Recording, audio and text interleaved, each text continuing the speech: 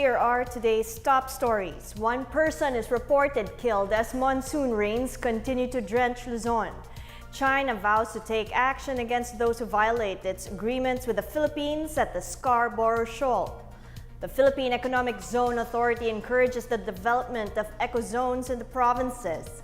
And President Duterte orders officials with widespread drug use to shape up or get sacked. Good day, I'm Pia Rosas Marato. Welcome to the PNA Newsroom.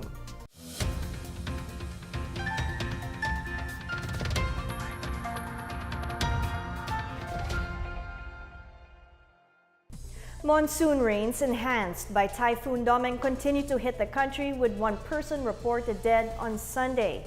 The National Disaster Risk Reduction Management Council identified the lone fatality as Algemon Nunez. The victim was a resort employee in El Nido, Palawan who went missing after a strong current toppled him off a jet ski. His body was found in a shore in Barangay Corong-Corong. Typhoon Domeng, also known by its international name Maliksi, continues to enhance the southwest monsoon outside the Philippine area of responsibility. PAG-ASA says rains will fall over Metro Manila and the rest of Luzon, causing floods and landslides. Classes were suspended in anticipation of inclement weather. The Armed Forces of the Philippines assures it will continue fulfilling its mandate to protect Philippine territories, including those at the West Philippine Sea. AFP spokesperson Edgar Arevalo bellied the allegation of Magdalo Party List Representative Gary Alejano that President Duterte ordered the military to stop patrolling the West Philippine Sea. The opposition legislator said he doesn't have solid evidence to back his claim but stressed that he trusts his sources. Arevalo says the president has no such order and the lawmaker may have been fed false news. He adds that the AFP continues to hold maritime and aerial patrols in the country's territories. Meanwhile, presidential spokesperson Harry Roque and Defense Secretary Delfin Lorenzana have denied Alejano's allegations regarding the patrols of the West Philippine Sea.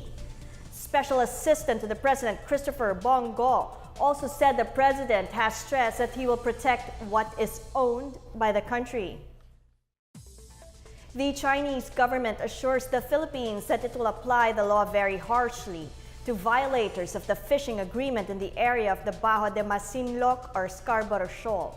The statement comes after a video of Chinese nationals appearing to take some of the Filipino fishermen's catch from Scarborough Shoal circulated this week. Foreign Affairs Secretary Alan Peter Cayetano says the issue was already raised by DFA Undersecretary Ernesto Abella during a meeting with Chinese Ambassador Zhao Jinhua. Cayetano said he had also discussed the subject with the envoy during the 17th Filipino-Chinese Friendship Day on Saturday. He says the Philippines and China have an agreement that fishermen are free except on protected areas.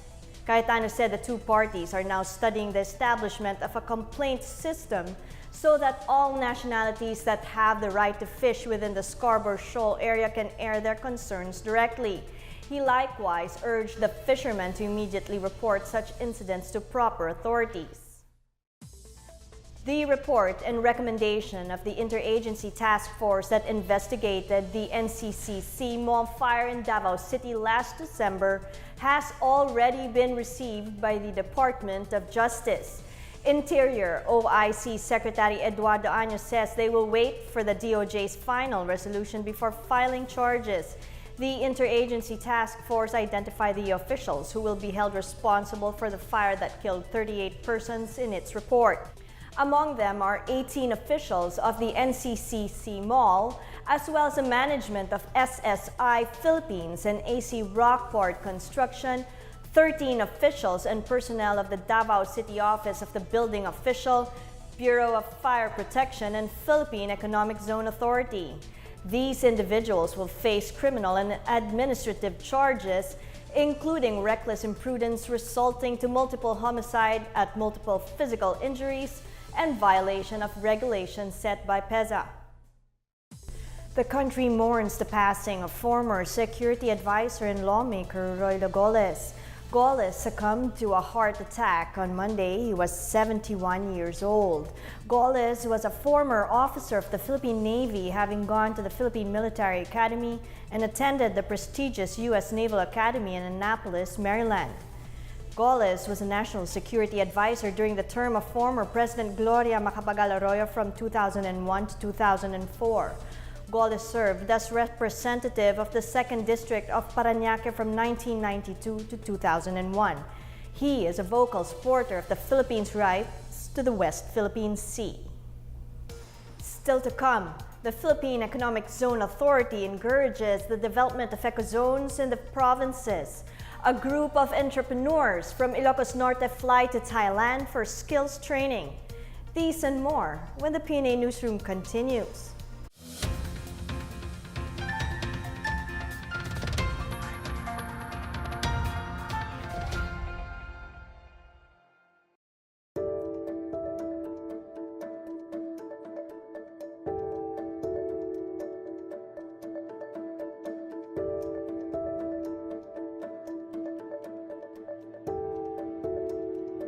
Mahigit 14,000 estudyante ang kasalukuyang nakatala sa higit na 30 pangunahin at sekundaryong pangpublikong paaralan sa lungsod ng Marawi para sa school year 2018-2019. Matapos ang isang taon mula nang sumiklab ang kaguluhan sa Marawi, muling nabigyan ng pagkakataon na makabalik, makita ang mga kaibigan at kaklase sa kanilang mga paaralan upang magsimula ng isang taon ng pag-aaral. Tinanggap ng mga guro ang mga mag-aaral sa kanilang mga silid-aralan na inihanda muna sa pamamagitan ng mga programa ng Department of Education, ang Brigada Eskwela at Oplan Balik Eskwela. Sinamahan naman ng ilang mga magulang ang kanilang mga anak sa paaralan.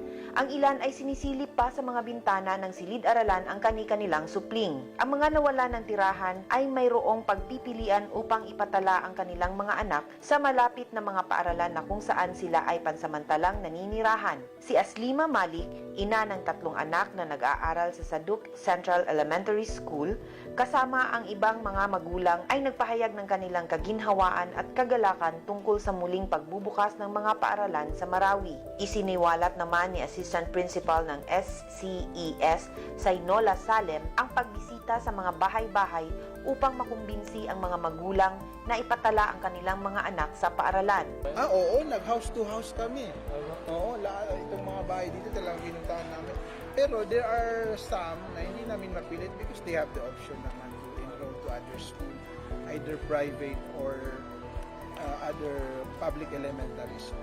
Sa ngayon, mayroon silang 339 na kinder at elementary students na naitala mula sa iba't ibang barangay. Ayon kay Salem, ang SCES naging takbuhan ng mga enrollees dahil 2 iba pang kalapit na paaralan ay isinara. Ito ay ang Romoros Elementary School at Natangkopan Elementary School. Alinsunod sa order ng DepEd No. 40, kailangan na ang mga pampublikong paaralan ay hindi bababa sa 1 kilometro ang layo nito sa isa't isa. Sa layuning makapagbigay ng mas mahusay na serbisyo sa mga mag-aaral, ang mga guro ng pampublikong paaralan ay nananatiling tapat sa kanilang mandato. Samantala, naniniwala ang DepEd na tuloy ang serbisyong pang-edukasyon habang ang tulong ng gobyerno at mga pribadong kasosyo ay patuloy ang pagbubuhos ng suporta upang matugunan ang mga pangangailangan ng mga mag-aaral sa pagbawi ng lungsod. Kasama si Paul Soriano para sa Bayan, Sweet Lukman,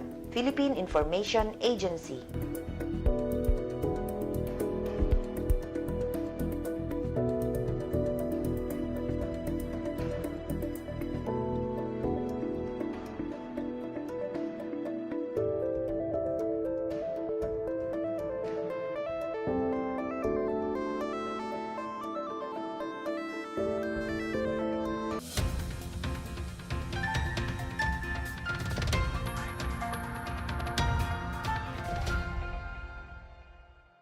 Financial institution HSBC encourages the Philippines to intensify trading with China as it stands to benefit from the Asian giant's growth as an economic power. More on this from Miguel Hill. The Philippines reportedly stands to benefit from China's New World Order as the Asia's economic giant is bullish in opening its market in response to external headwinds due to trade protectionism. HSBC Private Banking Managing Director and Head of Investment Strategy and Advisory for Asia, Fan Chuk-wan, said that China's economy is expected to be more engaging and will strengthen its economic collaboration with regional partners, particularly ASEAN member states. As part of its New World Order, China aims to bring investments in 10 key strategic sectors such as new information technology, numerical control tools, aerospace equipment, high-tech ships, railway equipment, energy saving, new materials, medical devices, agricultural machinery, and power equipment. This means a sharp increase in Chinese exports of machinery and transport equipment to emerging markets, which will offset the impact of slower global trade related to the U.S. HSBC Private Banking Chief Market Strategist William Sells noted that the industrial policy direction of China points to sourcing more products in the upper value chain. Fan, meanwhile, mentioned that as China focuses on development on industrial and consumption in the next 5 years, the country will be seeking other markets with lower production cost.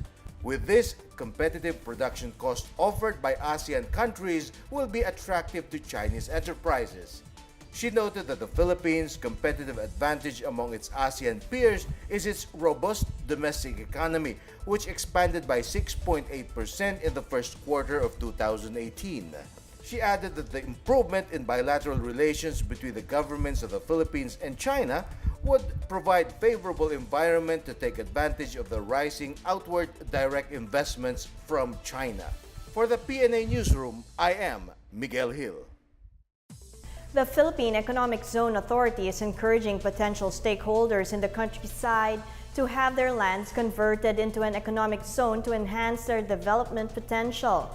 PEZA Director General Charito Plaza says she found out that only several areas in the country have economic zones 23 years since the law creating the PEZA was passed. The presence of economic zones result to these places posting the lowest poverty incidence, crime incidence, and eradicated insurgency. They also contributed 56% of the country's gross domestic product. Plaza added that every region, province, town, and city should have economic zones to serve as economic drivers. The PEZA chief also underscored that the economic zone concept has been changed such that it caters to industries, commercial, and residential towards township. As part of the improvement at the PEZA, Plaza revealed that they are spreading the creation of environment-friendly industrialization. A PEZA Institute is meanwhile being planned in every region to train workers to become responsive to the need of the industry. 25 entrepreneurs in Ilocos Norte are set to fly to Bangkok, Thailand for a 3-day seminar on product development and marketing. The group makes up the first batch of trainees of the Kapatid Mentor Me program of the Department of Trade and Industry. The program seeks to help small and medium entrepreneurs improve their products to be able to compete in the global market through weekly coaching and mentoring by business experts. Some of the modules offered include topics on marketing, financial management, human resource management, operations management. This is a priority program of the national government through the DTI in partnership with GoNegosyo. As part of the ASEAN integration program, small and medium enterprises from the Philippines are also given the chance to attend international trainings to improve their products. About 100 reservists of the 81st Marine Battalion in Western Visayas showcased their amphibious raid capability during a demonstration held Sunday at the Poblacion Beach in Sipalay City. Brigadier General Arthur Bio, commander of the Naval Reserve Command, says the demonstration was a culmination of several months of training. He says they have been trained so that they can assist the armed forces in the event of foreign invasion or rebellion. Vice Admiral Robert M. Pedrad, flag officer in command of the Philippine Navy, praised the reserve force as reliable partners in times of war and in surmounting obstacles and challenges imposed by the changing environment. Lieutenant Colonel Francis Raymond Martin Yulo, commanding officer of the 81st Marine Battalion Reserve, said the demonstration illustrated the capability of the Philippine Navy and the interoperability of support from government agencies and local government units. For his part, Mayor Oscar Montilla said the demonstration is very important for Sipalay security, preparedness, and to gauge the capability of the armed forces to address possible security threats in this city. The Police Regional Office 12 has emerged as one of the most efficient in resolving cases of riding in tandem killings since last year. Based on the assessment of the PNP Central Office, the regional police achieved a combined efficiency rating of 64%. Region 12 ranks 4th on the list of the number of riding in tandem killings. Chief Superintendent Marcelo Morales, Region 12 Police Director, says from October 11 to May 14, out of a total of 86 cases of murder cases perpetrated by motorcycle riding suspects, 66 have been solved. This was achieved through intensified operations such as Oplan Sita, Bitag, and Salikop, as well as the conduct of random checkpoints. Morales cited the efforts of the Highway Patrol Group 12 and the enhanced intelligence operations of local police units. The official assured that there will be no let-up in their campaign against motorcycle riding in tandem criminals. Up next, candidates of the barangay and SK elections are given until June 13 to file their statements of contributions and expenditures. President Duterte orders officials with widespread drug use to shape up or get sacked. These and more when the PNA Newsroom returns.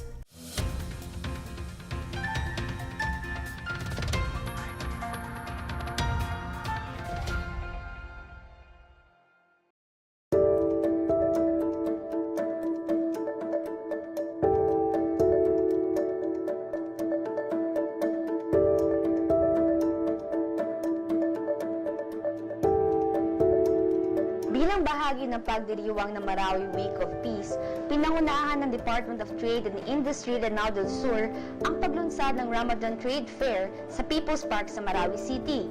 Ito ay isinasagawa sa pagtutulungan ng DTI sa Provincial Government ng Lanao del Sur sa pamamagitan ng Technology and Livelihood Development Center at Negosyo Center nito. Mahigit 35 exhibitors ang nakilahok sa trade fair kung saan iba't ibang produktong Maranao tulad ng palapa, kalawag, malong at iba pa ang itinitinda. Hinimok ni DTI Lanao del Sur Provincial Director Muhammad Mamainte na suportahan ng trade fair bilang tulong para sa mga apektadong residente ng kaguluhan sa Marawi City.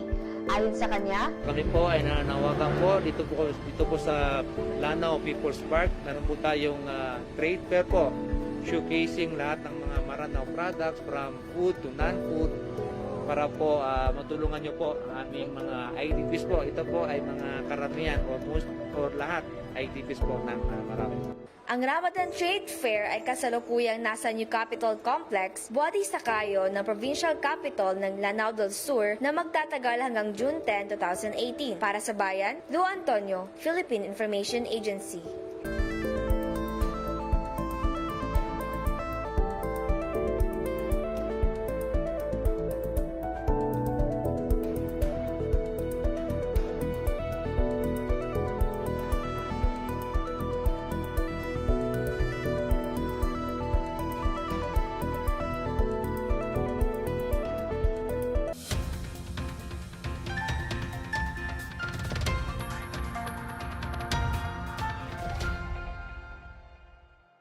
Candidates of the May 14 Barangay and SK elections are reminded to submit their Statement of Contributions and Expenditures or SOCE by June 13.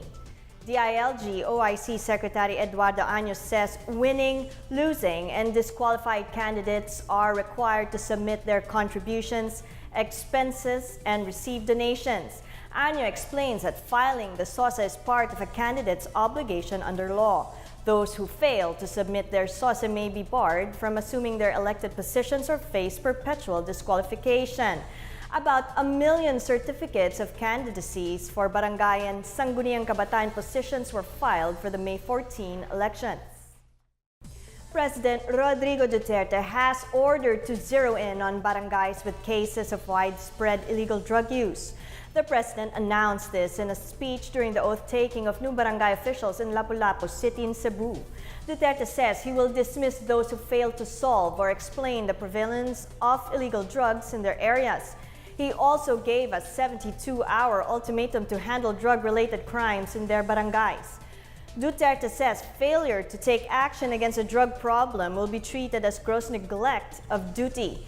He has relayed the same orders to purge the drug problems in barangays to the DILG and the intelligence community.